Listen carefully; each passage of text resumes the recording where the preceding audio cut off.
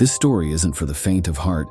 If your nerves are fragile, you might want to stop listening now, but if you're someone who craves fear, real fear, the kind that crawls under your skin and stays there, then stay with me. I promise you, what you're about to hear will haunt you for a long, long time. Our story takes place in the beloved Arab Republic of Egypt. The main character? A 17-year-old girl named Nuran. She wasn't your average teenager. While others her age were obsessed with music, makeup, or social media, Nuran had a different obsession: horror, books, movies, stories, anything that explored the world of the dead, the unseen, the supernatural. She was fascinated by spirits, dark rituals, and summoning entities. The scarier, the better. It all began on a seemingly ordinary school day. Nuran was in her chemistry class when her teacher, Mr. Salah, started talking about something unusual. He wasn't discussing atoms or equations. No, he was sharing a family story, a story about his grandfather. He said his grandfather had a collection of ancient books. These weren't novels or science texts. They were forbidden texts, old dusty volumes full of spells, rituals, and references to supernatural beings known in Islamic culture as Jinn. To simplify, think of Jinn as invisible entities, sometimes evil, sometimes not, that exist in a parallel world to ours. Belief in them is deeply rooted in Islamic traditions. According to Mr. Salah, after his grandfather passed away, his own father would hide these books away, refusing to let anyone read them. But as a curious boy, he had secretly found them. Every time he tried to read them, however, something strange happened. The power would go out, or strange voices would echo from nowhere. Once, he even felt wind rushing through the house with no windows open. Nuran was hooked. It wasn't just a story to her. It felt like a sign. She had already been researching the supernatural online, diving into forums and strange YouTube channels, sometimes even dragging her father to street book vendors to search for anything related to occult topics. Most of the books she found were disappointing, covered in creepy artwork, usually featuring horned demons, but always ending the same way. The evil creature burns, the story ends, and nothing feels real. But now, this felt real. Later that day, she approached Mr. Salah after class and begged him to let her borrow one of the books he had mentioned. He refused. He told her, "Listen carefully, these aren't toys. These books are dangerous. I'm not giving you anything," she insisted. So finally he said, "Fine, I'll give you the title of one. But take this advice seriously. Don't read it, not even if you find it." Nuran smiled. She got what she wanted. The book was called The Only Path to Black Magic. That name alone sent a chill through her, and so her search began. She looked everywhere: bookstores, markets, online forums, nothing. She even asked vendors who sold old books on sidewalks. Still nothing. Until one day, while out with her father in Old Cairo, she saw a tiny, ancient bookstore tucked between two buildings. It looked forgotten by time. Something about it pulled her in. She asked her father to give her a moment, and he agreed. She entered the store, and there, almost as if it were waiting for her, was the book, the very one. The man behind the counter looked at her strangely as she picked it up. "This book," he said, "isn't a joke. Be careful. People come asking for it, but they don't always come back." She nodded silently, pretending to be unbothered. The book's cover was bound in dark brown leather, not torn or aged like she expected, but clean and elegant. It looked like it had been preserved. She bought it, expensive, but worth it, and hid it in her bag. When she returned to her father, she lied. "No, didn't find anything, just asked about a book." Inside, she was thrilled, victorious. Finally, she had what she'd been searching for. As soon as they got home, she ran to her room, locked the door, turned off the lights except for a small lamp, and opened the book. The first page wasn't a title. It was a warning. The pages were filled with strange chapters. Some called them doors, others called them gates. Nuran didn't care about the structure. She began reading from the first gate, which was titled, "They Are Among Us." The chapter explained that these beings, Jinn, inhabit the hidden dimensions of the world, invisible to the human eye yet present everywhere. They're said to exist in spaces we cannot perceive, living parallel lives in the same world we walk through every day. According to the text, their peak activity hours are between 11 p.m. and 2 a.m., a time considered ideal for them to roam freely in our world before vanishing at sunrise. The book claimed that Jinn can take on different forms: animals, insects, even humans. It warned readers to be especially cautious of black cats, as they are one of the most common forms Jinn are believed to assume in many Middle Eastern traditions. Nuran rolled her eyes. Poor black cats, she thought. Her friend had one. Sure, it was a little creepy sometimes with those glowing eyes and weird movements, but she loved it. And wasn't this all just superstition anyway? She kept reading. The book went deeper, saying Jinn could speak, sometimes in voices only heard, not seen. They could be tall or short, red, black, yellow, even hybrid creatures, with human bodies and animal heads. Some looked like dogs, some like birds, others with multiple eyes, some even 20 eyes on a single face. It was surreal, and somehow completely mesmerizing.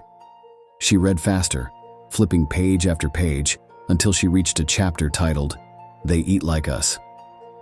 Despite all their differences from humans, the book said Jinn share our desires. They eat, drink, feel pleasure, and even reproduce. But their diets are vastly different.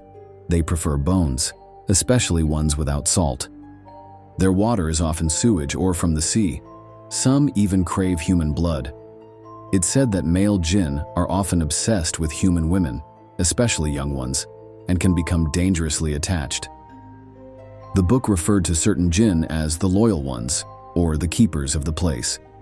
In Egyptian folklore, they're often called the masters, unseen entities tied to a location, passed down through generations, guarding it, haunting it, claiming it.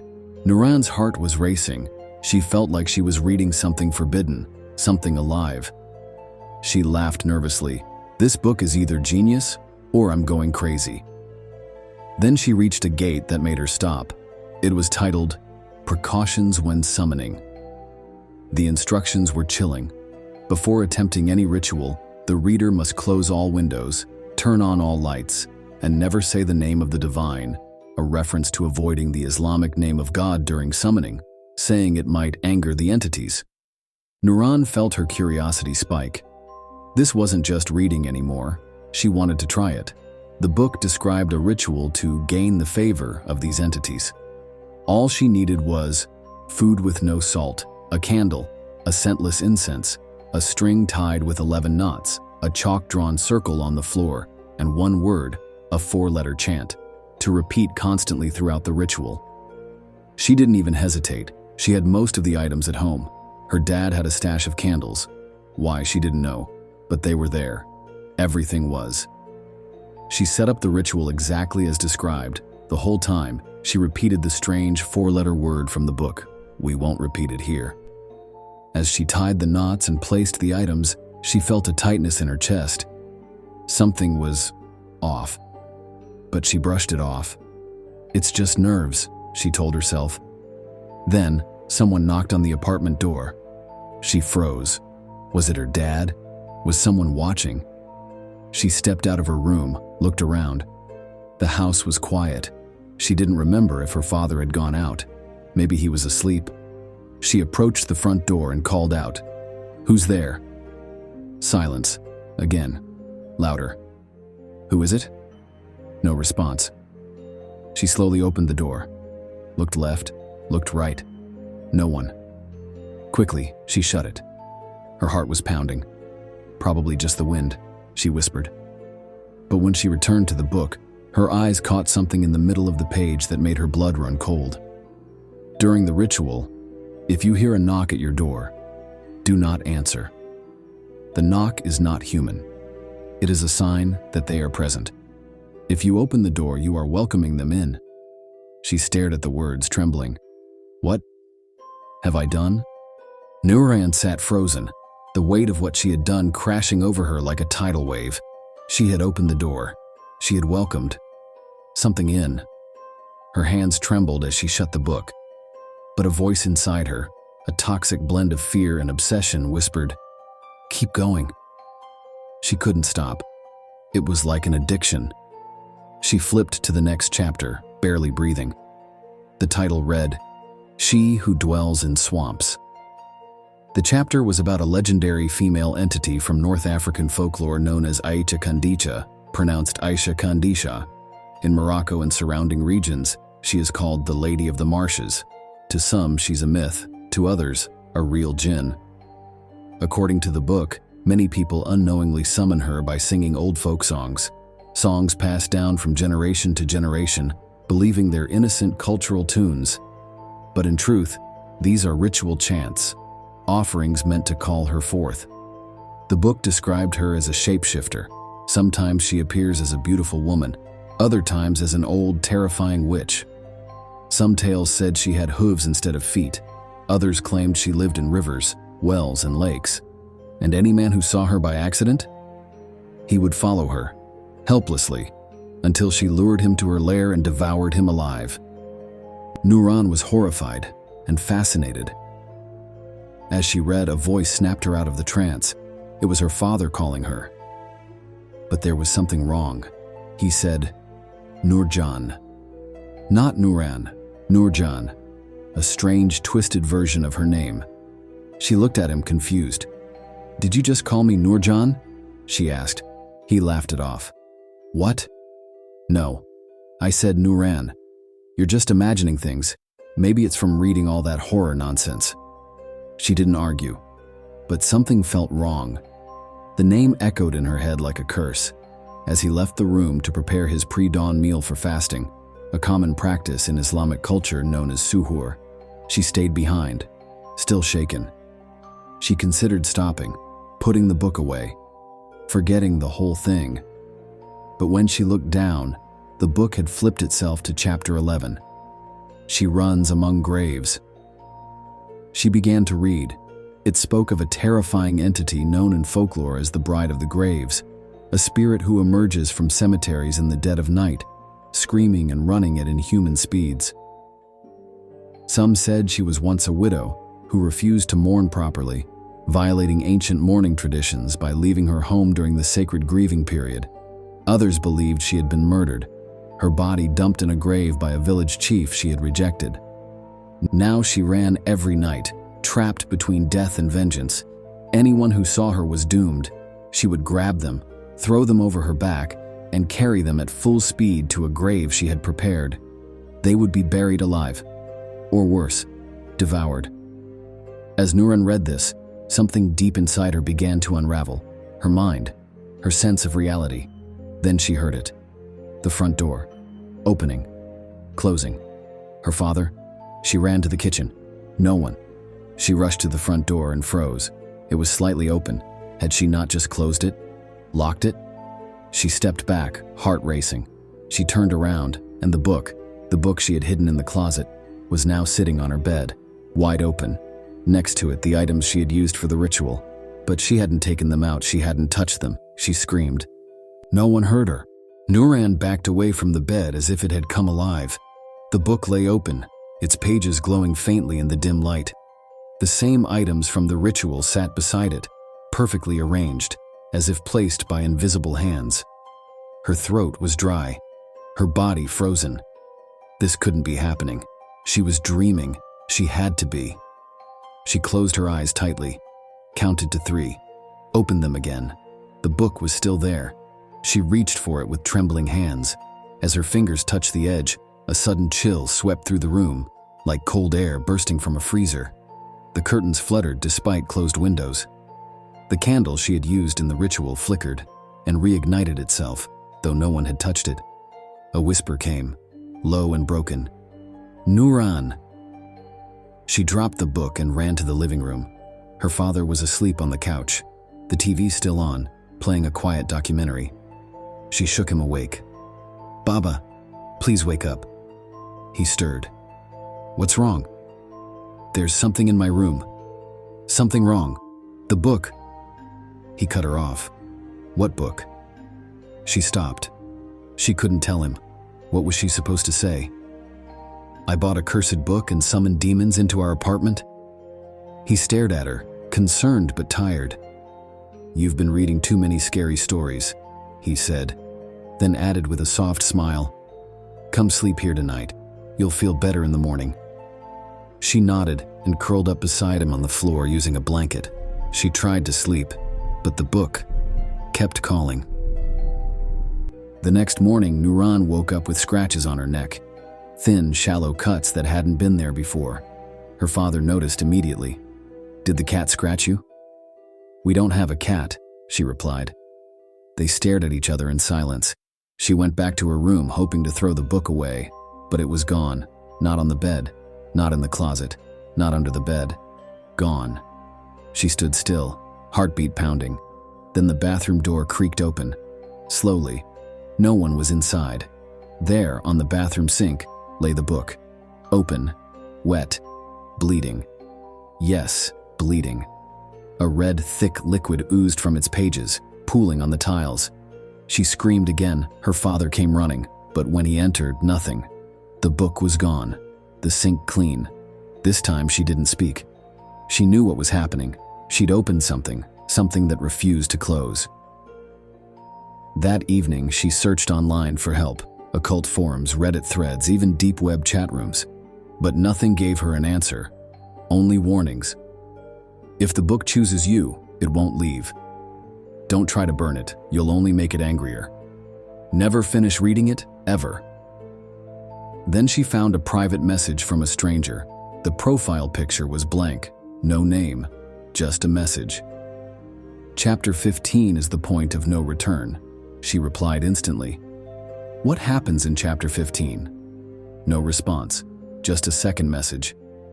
If you read it, you'll never be alone again. Nuran didn't sleep that night.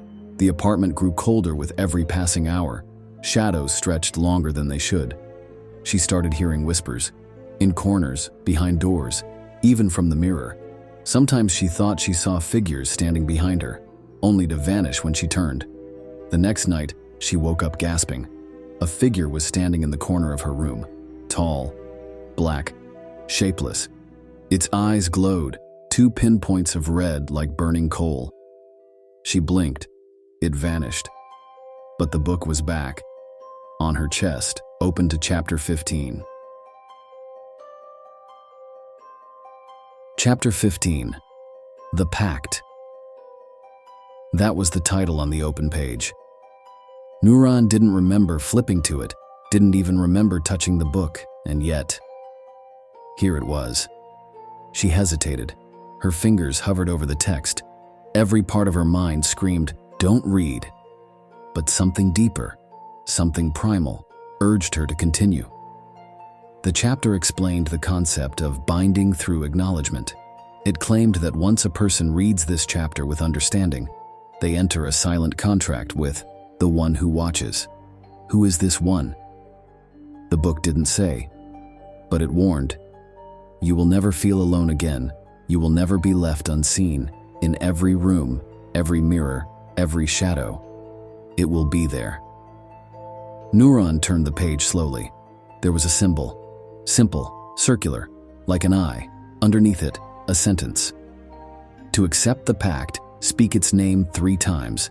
To reject it, burn this page, if you dare. She couldn't speak. Her lips trembled. Then, from behind her, a sound, a whisper. Not from the book, but from her closet. She turned her head slowly. It creaked open, on its own. Inside, nothing. But the whisper came again. It said, "You've already accepted." The following days were a blur. She began hearing voices even during daylight. She started writing words she didn't understand, sometimes in languages she had never studied. Her father caught her once, scribbling on the bathroom mirror with toothpaste. "He is in the walls." She didn't remember doing it. Her eyes grew darker, not just with fatigue. It was something else. People in school said she looked haunted. And the book? It never stayed hidden. Every time she tried to throw it away, lock it in a drawer, or leave it somewhere, it came back, always on her bed. always open. She even tried dropping it off a bridge at night. She watched it sink into the Nile. She swore it was gone. The next morning, it was in her backpack, dry, untouched, pristine. She began having nightmares of being pulled underground, hands, dozens of them dragging her by the ankles into dirt. A figure waiting at the bottom, smiling, and always, that same chant, Nuran, Nuran, Nurjan. One night she heard the sound again, knocking, not at the front door, but from inside the wardrobe. 3 knocks, then silence. She backed away, whispering prayers, but even her prayers began to feel hollow, like something was listening and mocking her. The next day, her father confronted her. "I found these," he said, holding drawings she had made in her sleep. Symbols, circles, eyes, black shapes. "Nuran, what's going on with you?" She didn't answer, she just stared. In her mind, she could hear a voice that wasn't hers. "Tell him nothing. He belongs to us too." That was when her father did something desperate. He brought in a religious scholar, an old man with a quiet voice and a kind face. He listened patiently, then asked one thing, "Bring me the book." She hesitated, but nodded. She brought it from under her bed. When the old man touched it, he jerked back as if burned. "This book isn't just forbidden," he said. "It's cursed." He explained that some books aren't just vessels of information, but gateways, designed not to be read but to read you. "Did you speak its name?" he asked. Nuran said nothing. The scholar shook his head. "Then it has already chosen you." The religious scholar sat across from Nuran, his eyes fixed on her, though not with anger or judgment, just sadness. He whispered a verse from the Quran, the Muslim holy book, but before he could finish, Nuran's body jolted. Her eyes rolled back, and her breathing quickened. Her father rushed to her side. "What's happening to her?" The scholar remained calm. "She's resisting. Something inside doesn't want her to hear it." He pulled out a small bottle of scented oil, commonly used in spiritual healing rituals. He opened it gently and dabbed a few drops on her forehead. At that moment, Nuran let out a scream so shrill and unnatural it didn't sound human. Her voice seemed layered, as if someone, or something else, was screaming with her. Then silence. She fainted. When she woke up 2 hours later, she didn't remember anything. She blinked, looked around and whispered, "Where's the book?" Everyone froze. The scholar looked at the father. "It has to be destroyed. Tonight." That night they built a small fire pit on the rooftop of the building. Nuran was kept inside, sedated. The book was placed in a metal basin. The moment the pages caught fire, a strong wind rose from nowhere. The flames roared, turning green, then black. Then, the fire went out. The book was still there, unburned, not a single mark on it. The scholar stepped back, shaking his head. "This is no ordinary curse," he said. "It's bonded to her. We can't destroy it like this." He handed the father a note. "There's a man I trust. He doesn't live here, he doesn't advertise what he does, but he understands things like this." "Where can I find him?" the father asked. "He finds you," the scholar replied. The following week, the house grew darker, not just emotionally but literally. Lights flickered even during the day. Water taps turned on by themselves. The TV would switch to static without warning. And Nuran, she changed. She spoke less, ate less, slept during the day, stayed awake all night whispering to herself. Sometimes she laughed for no reason. Other times, she stared at the wall for hours, eyes wide, pupils dilated. The worst part? She stopped recognizing her father. One night, he entered her room and found her drawing with black ink on the floor, symbols and shapes he didn't understand. He called out, "Nuran?" She turned slowly, and in a voice that wasn't hers, she said, "She's not here right now. Would you like to leave a message?" He stumbled back. That same night, a knock came at the door, not a loud one, just as soft and steady. 3 knocks. The father opened it. No one was there, but on the ground was an envelope. Inside, a card. No writing, just a phone number. He called it. A calm voice answered. "I heard you have a guest in your home." The father didn't ask who it was. He simply said, "Yes." "I'll be there by sunrise," the voice said. "Do not let her speak to the mirrors tonight." Click. As the first light of dawn crept over the rooftops, the doorbell rang. Not a knock this time. A single sharp ring, the kind that cuts through silence like a blade. Nuran's father opened the door slowly. Standing there was a man, tall, maybe in his 50s. No beard, no smile, just stillness. He wore a dark gray coat, buttoned to the top, and held a small black bag in one hand. "You called," he said, his voice deep but calm. The father stepped aside without a word. The man entered, looked around, then paused. "She's upstairs?" "Yes," the father said. "But I think she's awake." "She hasn't slept in days," the man replied without surprise. "Things like her don't sleep. They watch." He walked upstairs slowly, carefully avoiding the wooden steps that creaked. As he reached Nuran's room, he paused and turned to the father. "If you have anything holy in this house, anything sacred, bring it, but don't enter unless I call." Then he opened the door. Inside, Nuran was sitting in the corner, her face pale, her eyes completely black. No whites, no pupils, just darkness. She was whispering something under her breath, over and over again. He stepped inside. The door closed on its own behind him. He sat cross-legged on the floor, not saying a word, just watching her, listening. She looked up and smiled, but it wasn't her smile. "So," she said in a layered voice, "they sent you." He nodded slowly. "You're older than the others." The thing inside her laughed. "We are many. She invited us all." He placed the black bag on the floor and opened it. Inside were objects that looked ordinary, yet somehow ancient. A mirror, a white cloth, a vial of salt water, a dried rose, a strip of parchment with writing burned into it. He placed each item carefully on the floor between them, forming a circle. "Do you know what this is?" he asked. "A trick." "No," he said. "A boundary." The room darkened, despite the morning sun shining through the window. The shadows moved unnaturally, curling like smoke, pressing against the walls. "You can't remove me," the thing said. "I'm not here to remove you," the man whispered. "Then why?" "To warn you." The creature paused. "Warn me of what?" "She's not the only one who opened the book." Meanwhile, the father stood downstairs, holding a small Quran in his hands, his fingers trembling. He didn't understand what was happening. He didn't know who this man was, but something in the air told him. This wasn't just possession. This was a gateway, a breach. Back upstairs, the air grew colder.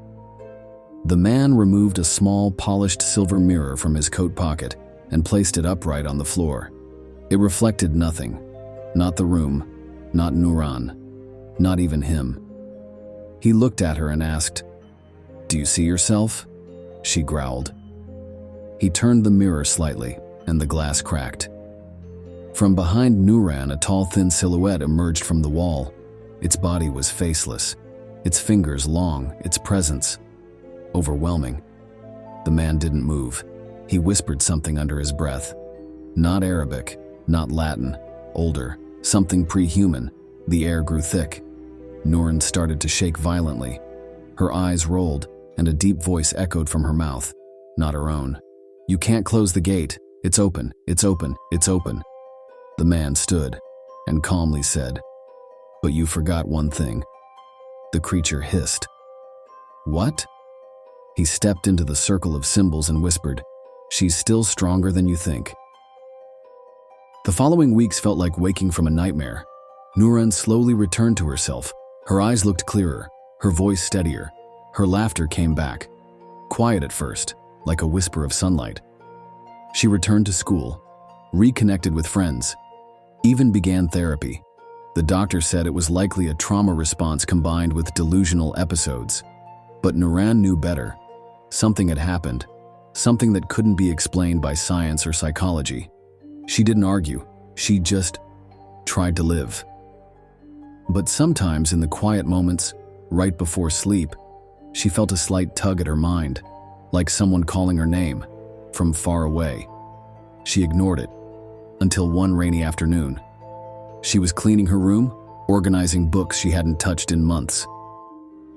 As she pulled a box from under the bed, a single sheet of paper slid out, old, yellowed. The edges curled like burnt wood. She stared at it. Her hands shook. It was a page from the book, but not just any page. It was titled, "The Ones Who Remain." Her eyes widened. She had never seen this chapter before. The page described how some entities, even when expelled, leave behind echoes, fragments of themselves embedded in places, objects, or people. These remnants could lie dormant for years, or they could grow, depending on how much was invited in. Nuran dropped the paper as if it were on fire.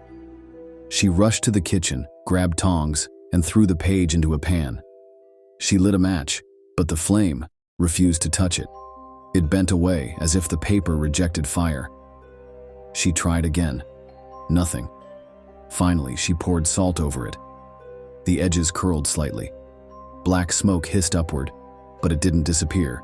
It absorbed the salt, then began to whisper. "You opened the door. You called us. We never left." That night, she began to hear them again. Not loud, not clear, just faint whispers in the corners of her mind. Chapter 16. Chapter 16. But she had burned the book. There was no chapter 16. Was there? She searched online again, this time using the exact title of the book. No results. Then, at 3:04 a.m., an anonymous forum post appeared. No username, no location, only a sentence. "If you have the page, you have the book." She clicked it. It led to a downloadable file. One single page scanned in low resolution. She hesitated, closed the tab. The next morning, it was set as her desktop wallpaper, automatically. She hadn't downloaded anything. That evening, the power in the apartment flickered. The mirrors in the hallway began to hum, not loudly but with a deep mechanical pulse, like a heartbeat made of metal. She covered them all with cloth. But one, the bathroom mirror, was cracked. She had forgotten about it. And in that mirror, just before dawn, she saw herself. Not standing, not blinking, but smiling, with black eyes, and behind her reflection, a door. Opening. Nuran stood in front of the bathroom mirror. The light above flickered, casting broken shadows across her face.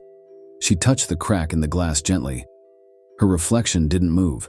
It just smiled back. Behind the smile, the reflection began to change. Her eyes darkened, her face paled, her lips curled upward in that all-too-familiar inhuman grin. Then the reflection stepped backward, revealing a door. A black wooden door, ancient in appearance, carved with symbols Nuran couldn't recognize, but somehow remembered. It was the door from her nightmares, the one from chapter 15, the one she was never supposed to open. But there it was, in the mirror, behind her other self, waiting. She turned away. She ran from the room, panting. She tried to destroy the mirror. She smashed it with a hammer. The glass shattered. The frame broke. But when she looked down, the shards were already reassembling, forming the mirror again. No blood, no mess, just silence. Then a whisper from behind her. The book was never the danger. You were. That night, Nuran locked every door, every window. She unplugged the lights, she threw away her laptop, she even broke her phone. But at 3:03 a.m., the apartment lights turned back on, by themselves. The TV switched on. Static, then an image, a face, her face, but twisted, distorted, eyes black, mouth wide open, screaming silently. She screamed back. Her father rushed in, terrified. "What's happening?" She collapsed in his arms, sobbing. "I didn't mean to. "I didn't mean to." He didn't understand. He just held her. In the days that followed, she tried everything: spiritual help, religious cleansing, therapists, books on occult reversal. But it was all the same. Something had been invited, and it had made itself comfortable. One afternoon, she sat in front of her desk, exhausted. She picked up a pen, started to write. Words poured out effortlessly. Symbols, names, commands. She didn't know where they came from, but she couldn't stop. By nightfall, she had written 67 pages, and on the last one, she signed her name, Nuran al-Saleh. And beneath it, in writing she didn't recognize, author of the revised book. Volume 2. That night, in another part of the city, a girl named Layla browsed a local flea market. She found a stack of old books wrapped in leather. One of them caught her eye, unlabeled, unmarked. She opened it. The first page read, "To the curious soul who dares, welcome." And at the bottom, in small, fading letters, compiled by Enyal Saleh.